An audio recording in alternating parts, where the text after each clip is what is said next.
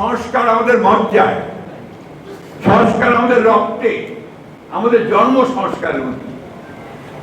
তাই আজকে যদি বলা হয় যে বিএনপি সংস্কার আটকে দিচ্ছে, এটার আমি মনে করবো যে অত্যন্ত অন্যায়ভাবে এটা বলা হচ্ছে।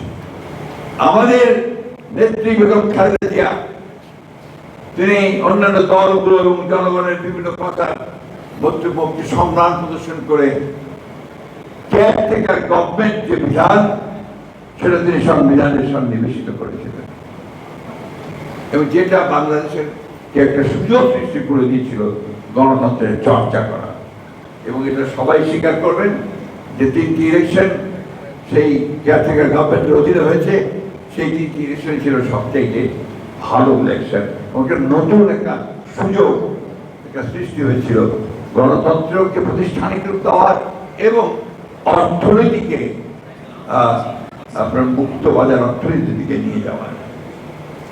এই সংস্কারগুলো বিএনপি ভ্যাট আরোপ করেছিলেন আমাদের অর্থমন্ত্রী সাইফুর রহমান সাহেব, প্রচুর সমালোচনা হয়েছে। এমনকি আমাদের ওবায়দুল খান সাহেব প্রথিত সাংবাদিক পত্রিকায় লিখলেন, হেডলাইন লিখলেন, ওয়ান ম্যান ডেমোলিশন, অর্থাৎ একটা মানুষ সব শেষ করে দিল। কিন্তু প্রমাণ হয়েছে যে ওই ভিএটি এটা বাংলাদেশের বর্তমান অর্থনীতিকে শক্ত জায়গায় নিয়ে আসার পেছনে কাজ করেছে। আমাদের নেতা শহীদ প্রেসিডেন্ট জিয়াউর রহমান তিনি গার্মেন্টস ফ্যাক্টরি, গার্মেন্টস যে পোশাক শিল্প, সেই পোশাক শিল্পের সূচনা করে হাজার হাজার মহিলা কর্মসংস্থান সৃষ্টি করেছেন। আজকে বাংলাদেশের অর্থনীতিকে দাঁড় করার সুযোগ করে দিয়েছে। আমাদের নেতা শহীদ প্রেসিডেন্ট জিয়াউর রহমান তিনি বিদেশে, মধ্যপ্রাচ্যে বিশেষ করে শ্রমিক পাঠানোর ব্যবস্থা করে কর্মসংস্থানের ব্যবস্থা করেছেন। সুতরাং সংস্কার আমাদের মজ্জায়, সংস্কার আমাদের রক্তে, আমাদের জন্ম সংস্কারের মধ্যে। তাই আজকে যদি বলা হয় যে বিএনপি সংস্কার আটকে দিচ্ছে, এটার আমি মনে করবো যে অত্যন্ত অন্যায়ভাবে এটা বলা হচ্ছে। আমরা এবারে আসুন বর্তমান সংস্কারের কথায় আসি।